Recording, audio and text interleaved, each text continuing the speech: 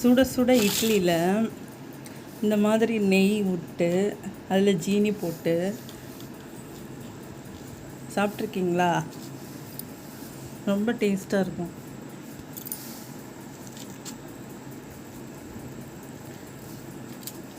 குழந்தைங்களுக்கெல்லாம் கொடுப்பாங்கள்ல.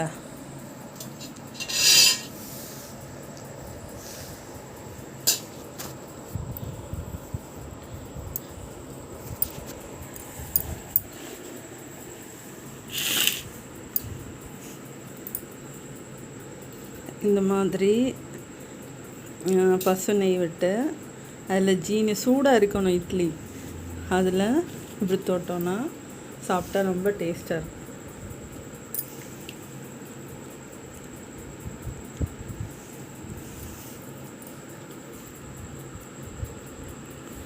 டைமனுக்கும் பிடிக்கும். என்னடா ரொம்ப சாப்பிட மாட்டான்.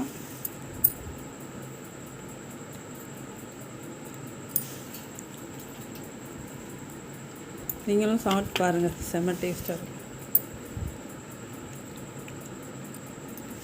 இட்லி சூடாக இருக்கணும், நெய் ஊற்றணும், அதில் ஜீனி போடணும், அதில் இப்படி மிக்ஸ் பண்ணி இப்படி சாப்பிடணும். சாப்பிட்டா நல்லாயிருக்கும். குழந்தைங்களுக்கு ஊற்றுவாங்கள்ல, அந்த மாதிரி.